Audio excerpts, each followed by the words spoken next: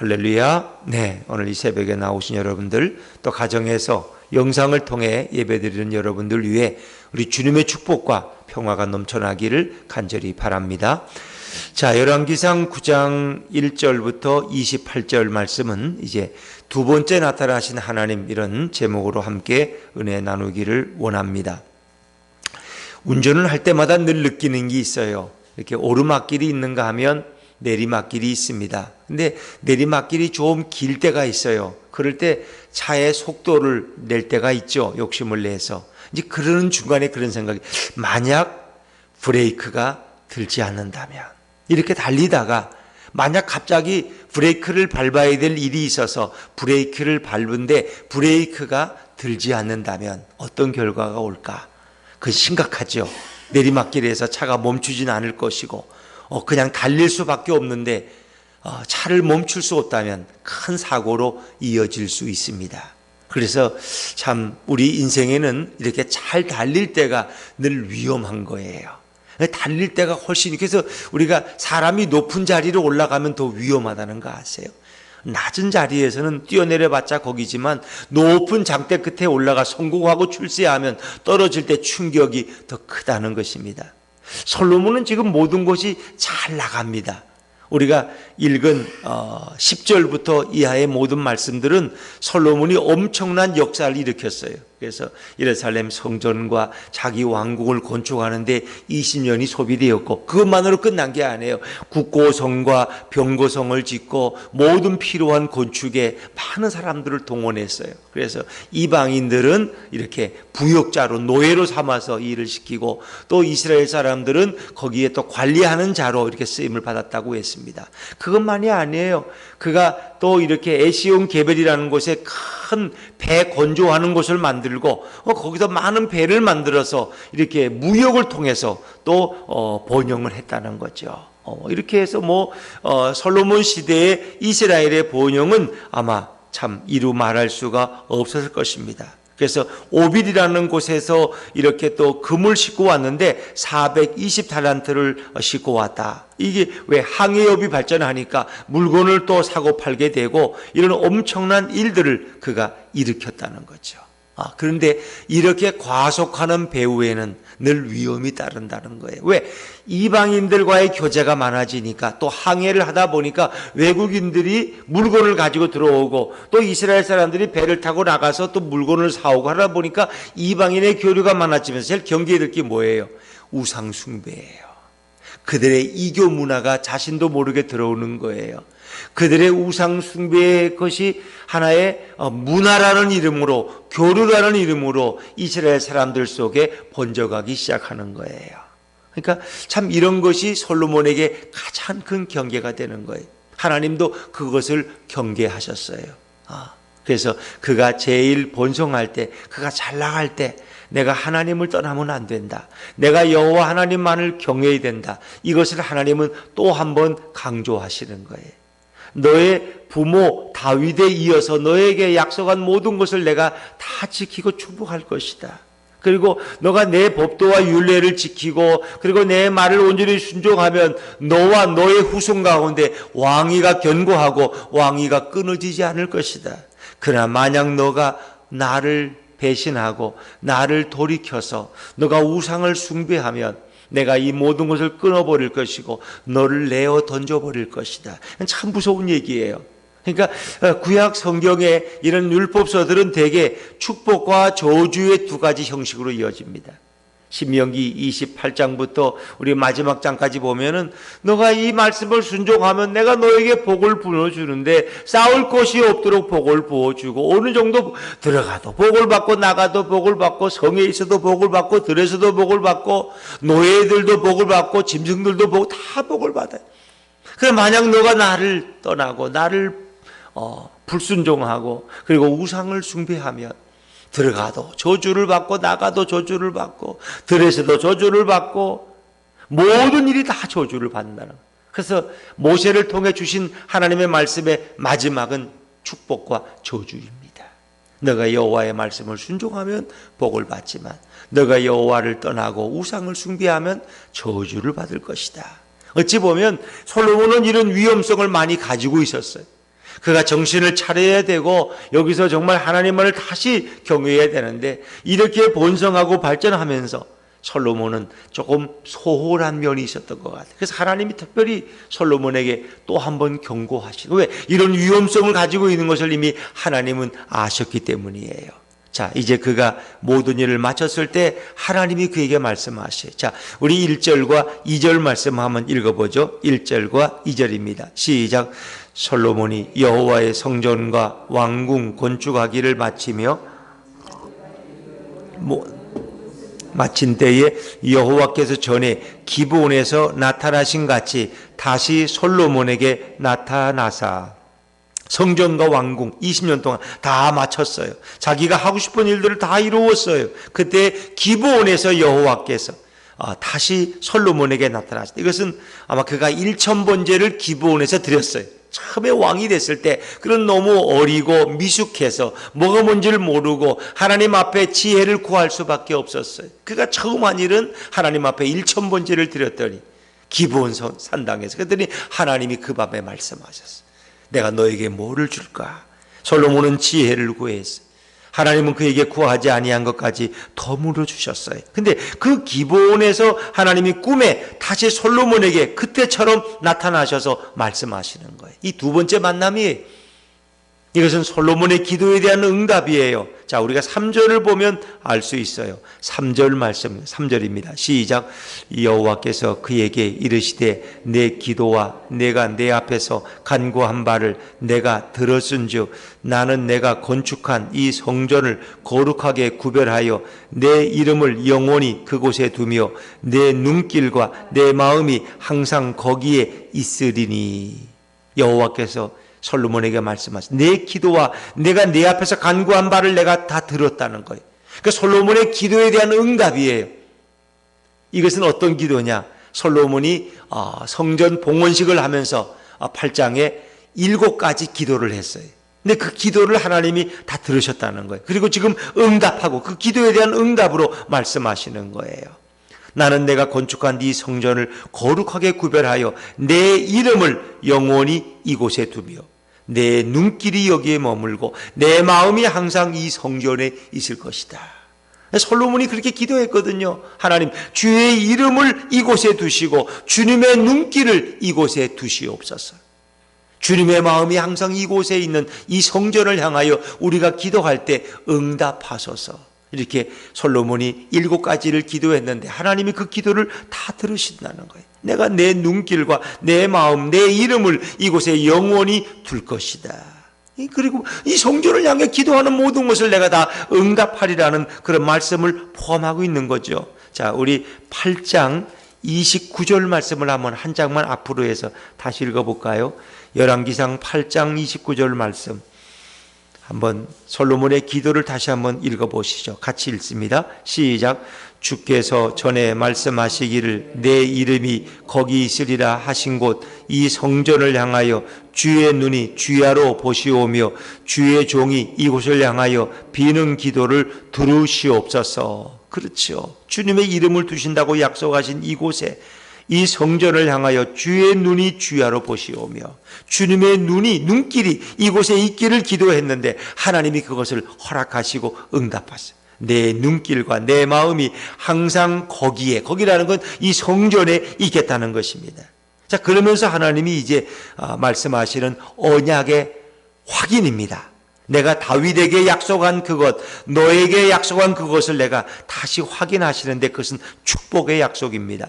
자, 우리 4절과 5절 말씀을 잘하는 말씀이니까 한번 이어서 읽어보죠. 4절과 5절입니다. 시작.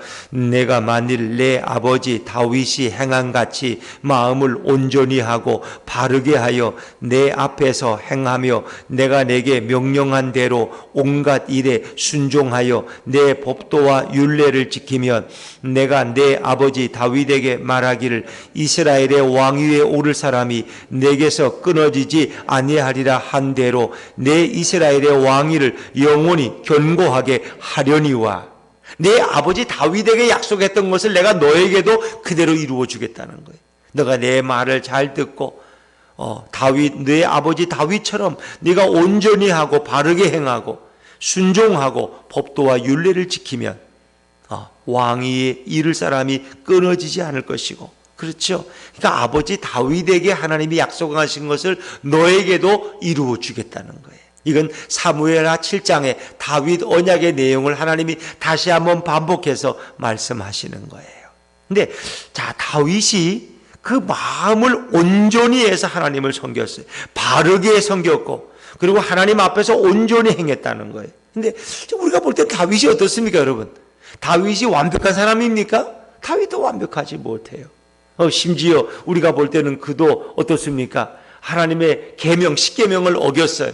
그렇죠? 내 이웃의 아내를 탐하지 말아라, 간음하지 말아라. 근데 그걸 정면으로 어겼어요. 그리고 심지어 그 남편을 살인했어요. 살인자예요. 계명의 3가지를 어겼어요. 그런데 어떻게 다윗이 온전히 행하고 바르게 행하고 온전히 순종해서 법도와 율례를 지켰다고 말할 수 있어요? 자, 근데 하나님은 인간의 연약함을 아셔요. 근데 다윗을 가만히 살펴보면 다윗이 잘한 게 하나 있어요. 뭐 잘못한 게 많지만 딱 하나 잘한 건, 다윗이 우상 숭배했다는 얘기가 있어요, 없어요? 없어요. 적어도 다윗의 시대에는 백성들에게도 우상 숭배가 없어요. 다윗 자신도 우상에게 절한 적이 없어요. 다윗은 오직 하나님만 바라봤어요. 그러나 그가 인간이기 때문에, 인간의 욕정 때문에 다른 여인을 빼앗기도 하고, 그 남편을 참으로 때로는 전장에 넘겨져서 위험한 곳에 넣어서 죽게도 만들었지만, 그리고 자식들을 잘 돌보지 못해서 압살롬의 반역도 경험했지만 그는 우상을 숭배한 적은 없어요. 하나님이 가장 중요하게 생각하는 것이 우상 숭배.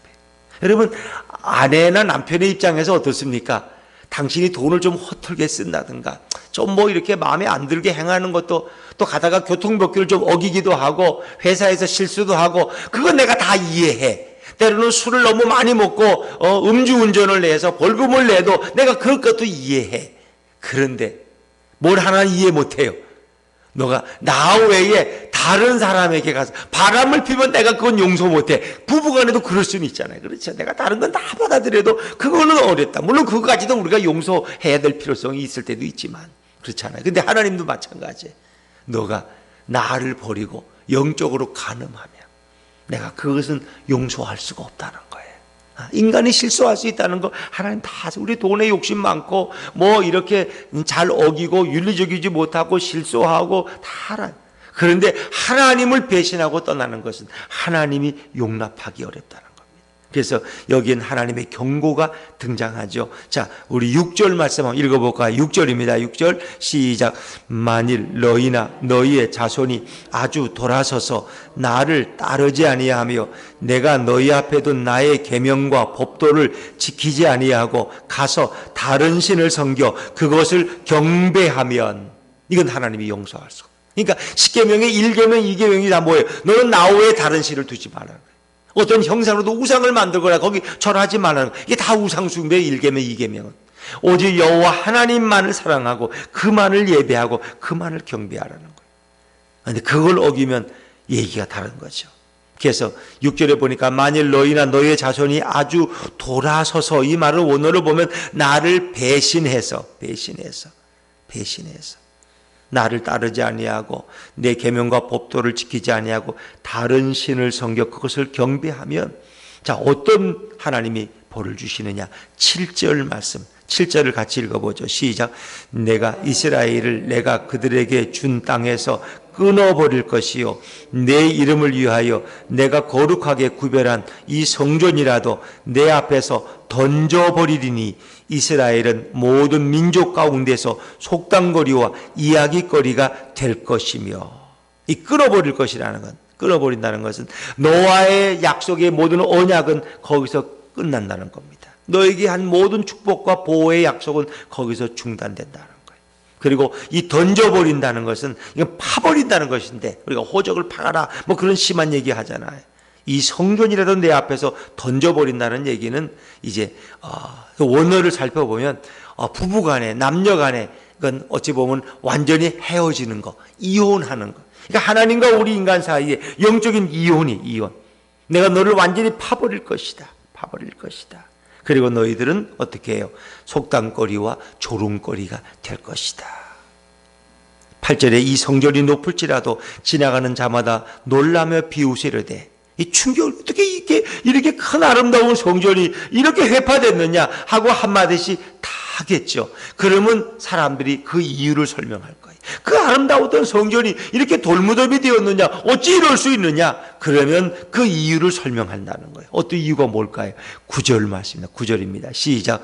대답하기를 그들이 그들의 조상들을 애굽 땅에서 인도하여 내신 그들의 하나님 여호와를 버리고 다른 신을 따라가서 그를 경배하여 섬김으로 여호와께서 이 모든 재앙을 그들에게 내리심이라 하리라 하셨더라. 그렇죠. 이 구절에 보니까 다른 얘기가 없어요. 다른 법도와 율례를 어겼다든가 하나님을 온전히 순종하자 이런 얘기 다 빼버렸어요. 구절에는 오직 뭐예요? 여호와를 버렸다는 거예요.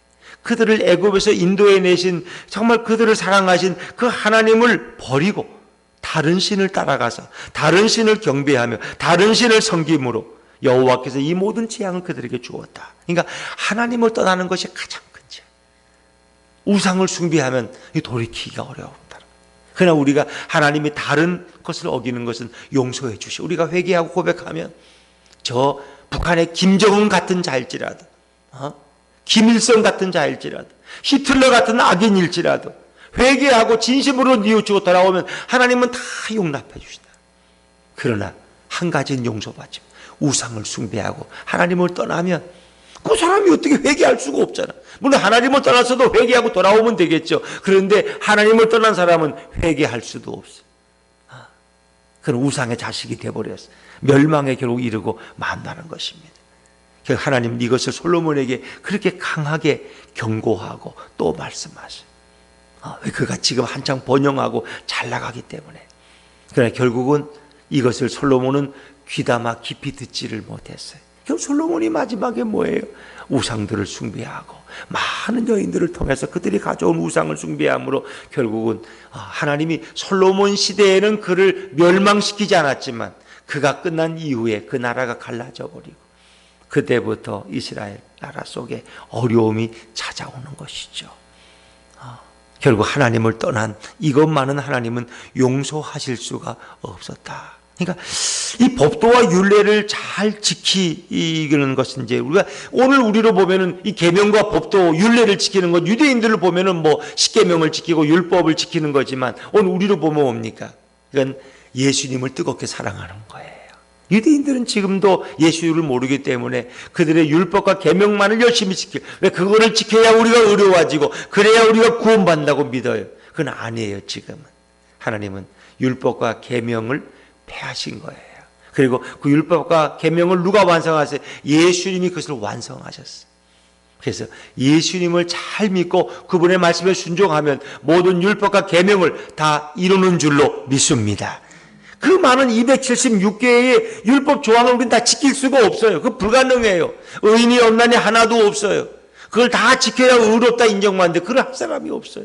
그러나 그 모든 것을 완성하신 분이 바로 예수 그리스도이기 때문에 예수님을 섬기고 예수님을 믿으면 예수님이 그 말씀을 지킬 수 있는 힘과 능력을 부어주시고 우리를 이끌어 주셔요. 성화시켜 주시고 성령의 충만함으로 우리를 인도해 주셔요. 그래서 이 말씀은 바꿔 말하면 예수님을 뜨겁게 사랑하고 그분을 모시고 사랑하는 자는 결국은 이 법도와 율례를 다 지킨 것 이상의 큰 신앙의 수준을 갖는 거죠. 그것이 바로 구원에 이르는 길이고 축복을 받는 길이죠. 오늘 예수님이 그래서 너무 존귀한 거예요. 유대인들은 지금도 율법과 계명을 지키려고 몸부림치지만 고행과 금식을 반복하지만 그들은 구원을 받을 수가 없어요. 자기의 의로 충만해서 결국 그들은 다 멸망해버리고 말아요. 우리의 더러워진 낡은 의를 의지하면 안 되고 예수 그리스도의 의, 그 깨끗한 의, 그리고 그분이 우리를 위해 덮어주시는 그분의 의의 세마포로 우리가 덮임을 입을 때 우리의 더럽고 추악한 죄는 다 씻음을 받고 우리는 예수 그리스도의 백성이 되어서 하나님 나라 천국 백성이 될 줄로 믿습니다. 그 길을 예수님이 열어주신 거예요. 오늘도 우리가 정말 주님을 사랑하고 이 명절을 통해서 주님께 영광 돌리는 저와 여러분의 한 주간 되기를 주의 이름으로 축원합니다. 기도하겠습니다.